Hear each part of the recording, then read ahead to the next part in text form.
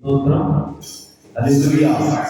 చేరువచ్చిన మీ అందరికీ మన ప్రభువైన యేసుక్రీస్తు నామమున మీ అందరికీ వందనాలు.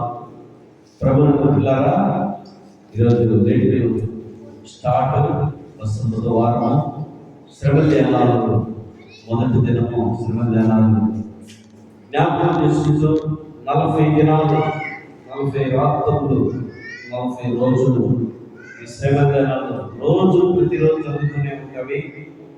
ఈరోజు మొదటి దినం కనుక కొద్ది నిమిషాలు శ్రమ ధ్యానాలు దేవుని యొక్క వాక్యాన్ని మనం ధ్యానం చేద్దాం.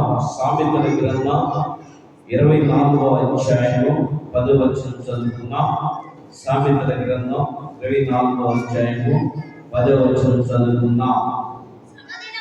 శ్రమ దినమున నీవు కృంగిన ఎడల నీవు చేత కాని వాడవు అగుదు.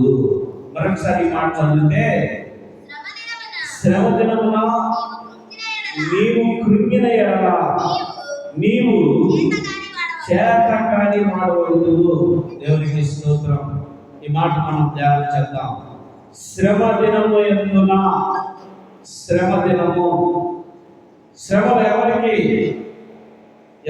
శ్రమలు, ఎవరికంటే శ్రమలు? మానవులుగా ఉన్న మనందరికీ శ్రమలే. ఈ భూ ప్రపంచంలో శ్రమ లేనిది నాకు శ్రమ లేదయ్యా అన్నటువంటి ఆడవారు కావచ్చు, మగవారు కావచ్చు, ఎవరు భూమి మీద లేరు. ప్రతి ఒక్కరికి శ్రమే. ఏదో ఒక శ్రమ, శారీరక శ్రమ, మానసికమైన శ్రమ, ఆర్థికమైనటువంటి శ్రమ, ఏదో ఒక శ్రమ కలుగుతూనే ఉంటారు పిల్లరా. శ్రమ లేనటువంటి వారు ఈ భూమి మీద ఎవరు కూడా లేరండి. చాలా జాగ్రత్తగా మనం ఈ మాటలు ధ్యానం చేద్దాం. శ్రమలు ఎవరికి ఉన్నాయి? ఎంతోమంది మన పూర్వీకుల్ని మనం జ్ఞాపకం చేసుకుంటే, అబ్రహాం మొదలుకొని, లేక ఇంకా ముందు జ్ఞాపకం చేసుకుంటే ఆదాము మొదలుకొని నేటి వరకు నీకు నాకు మనందరికి కూడా శ్రమలు ఉన్నాయి. అసలు క్రైస్తవ జీవితంలో శ్రమ లేకపోతే మహిమ లేదు. నిజమైన క్రైస్తవుడికి శ్రమే మూలము.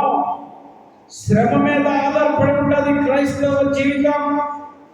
ఉదాహరణకి పిల్లరా, ఒక క్రైస్తవుడు అనగా క్రీస్తుని నమ్మినటువంటి వాడు, క్రీస్తుతో సహవాసం చేస్తున్నటువంటి వాడు, క్రీస్తుని వెంబడించేవాడు బహు శ్రమ పడాలా. చూస్తే ఉదాహరణకి యేసుక్రీస్తు ప్రభువారి దగ్గరికి ఒక ధనవంతుడు వచ్చాడు పిల్లారా. ఆ ధనవంతుడు వచ్చి, బోధకుడా, నీ రాజ్యంలో నేను చేరాలంటే నేనేమి చేయాలి అని ప్రశ్నించాడు. యేసుక్రీస్తు ప్రభు అన్నాడు, నా రాజ్యంలో ఉండాలంటే, అయ్యా, మన మోషే ధర్మశాస్త్ర ప్రకారం పదాజ్ఞలు ఉన్నవి. ఈ ధర్మశాస్త్ర ప్రకారం పదాజ్ఞలు పాటిస్తే చాలు అన్నాడు. ఆ ధనవంతుడు అన్నాడు, ఓ సింజన, ఈ పదాజ్ఞలైతే నేను బాల్యం నుండే పాటిస్తున్నానయ్యా అని బదులిచ్చాడు.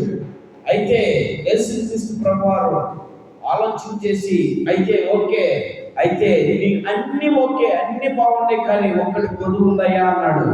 ఏమిటి ఆ ఒక్కటి కొదువు అంటే, ఇప్పుడు నువ్వు అనుభవిస్తున్నటువంటి ఆస్తి, ఈ ఆస్తిని నువ్వు అమ్మి పేదలకు వచ్చి నువ్వు నన్ను వెంబడించన్నాడు. పిల్లారా, నన్ను వెంబడించినప్పుడు ఈ ధనవంతుడు ఆలోచన చేశాడు, నా ఆస్తిని, నా యోగ భోగాల్ని నేను అన్ని విడిచిపెట్టి వీరిని వెంబడిస్తే నాకేం ప్రయోజనం?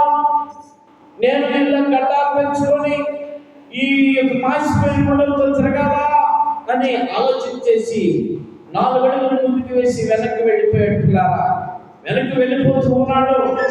ఆ శిష్యులు యేసు ప్రభుని అడిగాడు, ఏంటయ్యా వాడు మనల్ని ఫాలో అవ్వట్లేదు, మనల్ని వెంబడించట్లేదు, ఇందాక అడిగాడు కదా, నువ్వేం చెప్పావు, వాడు ఎందుకని మనం ఫాలో అవ్వట్లేదు అని చెప్తే, యేసుక్రీస్తు ప్రభువారు బదులిచ్చాడు శిష్యులకి ఒక ఉపమానంగా, ఒక మాదిరిగా.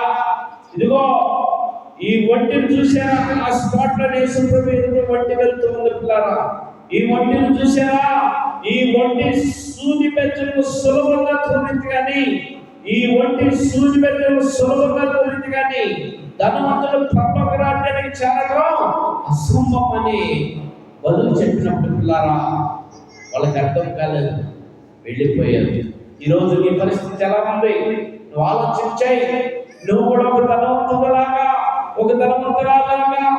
నువ్వు కూడా దేవుని రాజ్యాన్ని వెంబడించడానికి నువ్వు చింతిస్తున్నావేమో, దేవుని రాజ్యానికి చేరడానికి నువ్వు చింతిస్తున్నావేమో. అనగా ఈ లోకాన్ని చూసుకొని, ఈ యోగ భోగాలను చూసుకొని దేవుని సన్నిధికి వెళ్ళాలంటే అయిష్టముగా నువ్వు జీవిస్తున్నావేమో. ఆలోచించాయి. దేవుని సన్నిధికి రావడానికి నువ్వు అయిష్టపడుతున్నావేమో, ఇష్టం లేకుండా ఉన్నావు.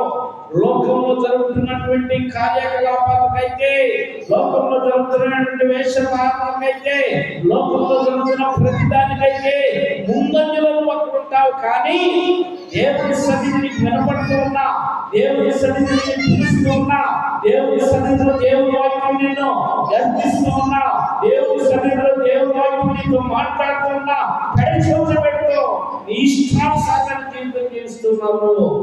ఈ రాత్రి ఈ యొక్క లెంట్ సీజన్, ఈ శ్రమ ధ్యానాల మొదటి కూడికలో దేవుడిని హెచ్చరిస్తున్నాడు. నా ప్రియమైనటువంటి సహోదరి సహోదరుడా, ఏ పరిస్థితిలో ఉన్నావు ఆలోచించాయి. వెంబడించు దేవుని సన్నిధిని, వెంబడించు దేవుని సన్నిధిని.